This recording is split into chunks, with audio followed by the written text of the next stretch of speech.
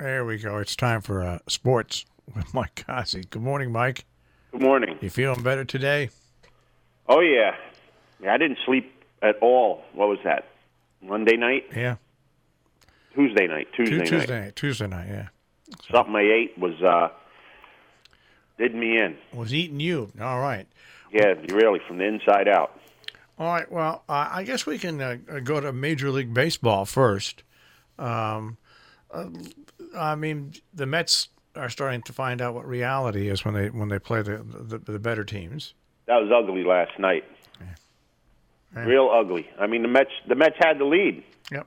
And boy, oh boy, that relief pitching was awful at best. The Yankees got by Baltimore in who cares game because it's just one of those games that fills the schedule. But the amazing thing is the White Sox taking 2 out of 3 from Houston.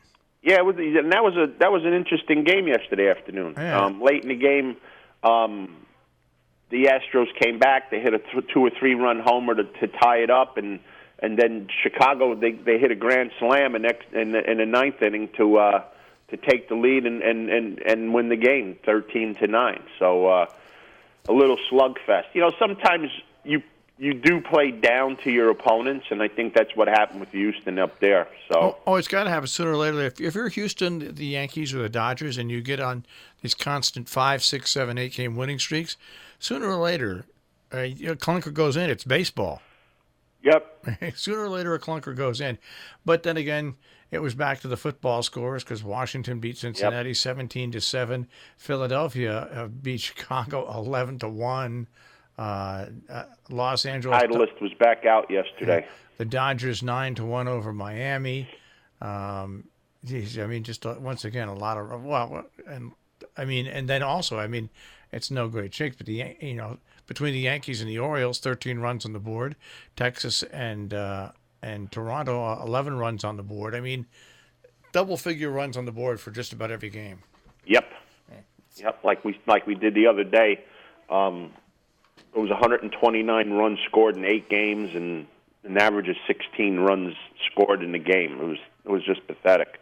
Yeah, you look at it and you just say to yourself, and it's funny they did a stat on MLB Network yesterday afternoon.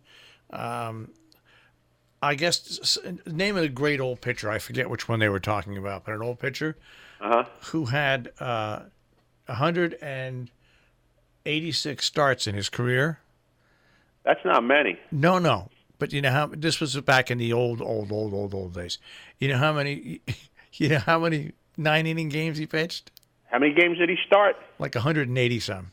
I'd say 170. Yeah, it was like and they were just saying this is how the game has changed.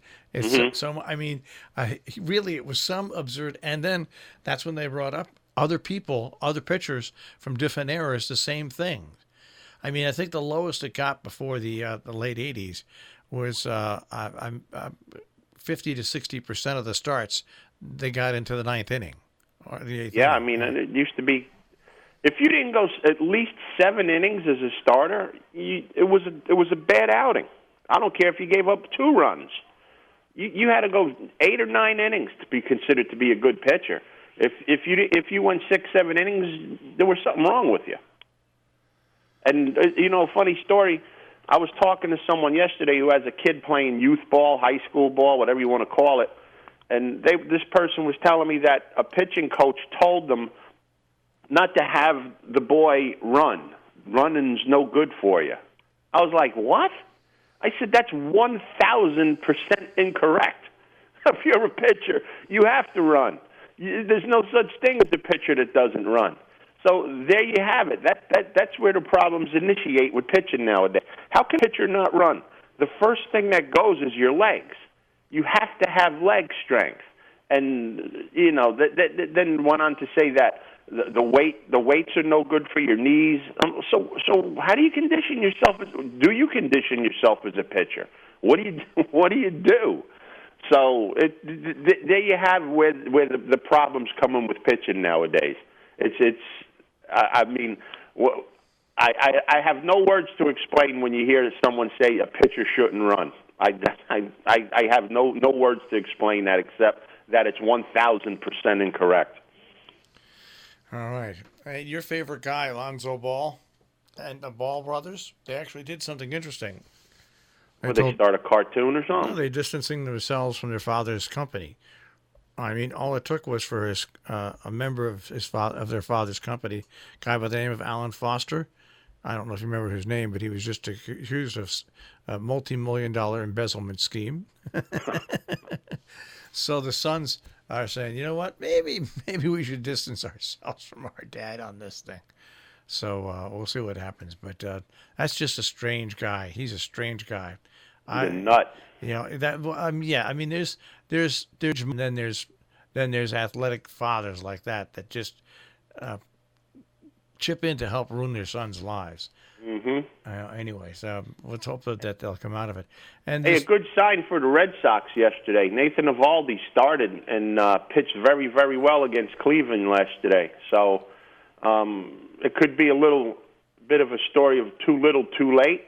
But Eovaldi pitched very well yesterday for the Red Sox. Yeah, it's boy. There's only 40-some games left.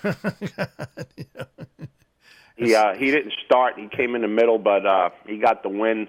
They went to one of those committee games against Cleveland. Yeah. But he pitched 2 innings with 1 hit and 2 strikes. And if you remember last year, Eovaldi was a big part in their win. So, I mean, they're way the heck out of it. But well, they're 8.5 out of the last wild card position with about 4.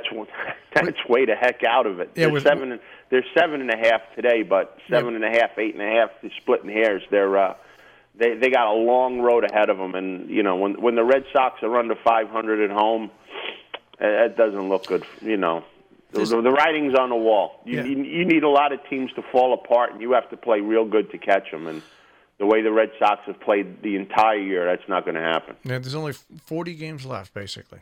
Yeah, you got to struggle here. Yeah, I mean, if you go just imagine this: if you go 40-0, the other team can go. You can 30-10. Yeah, just to catch them, them. So and they're not going 40-0. No. So if the Red Sox, let's say the Red Sox go, let's say they go. If they go 30-10, the other team has to play 500 to get caught. Yeah. So. And you know it's not going to happen. Well, anyways, all right. Well, hey, the Yankees play a real team tonight. They play the Indians. They play the Schnindians. That's right. So we'll see what happens there. The Indians are hitting a lot better. Expect a lot of baseballs to leave the stadium. Oh God, yeah. This is going to be like the Minnesota series, and like the Red Sox. It's going to be the pitchers' ERAs will go up. Yeah, they certainly will. All right. So a lot of overs would be attained in this series. All right.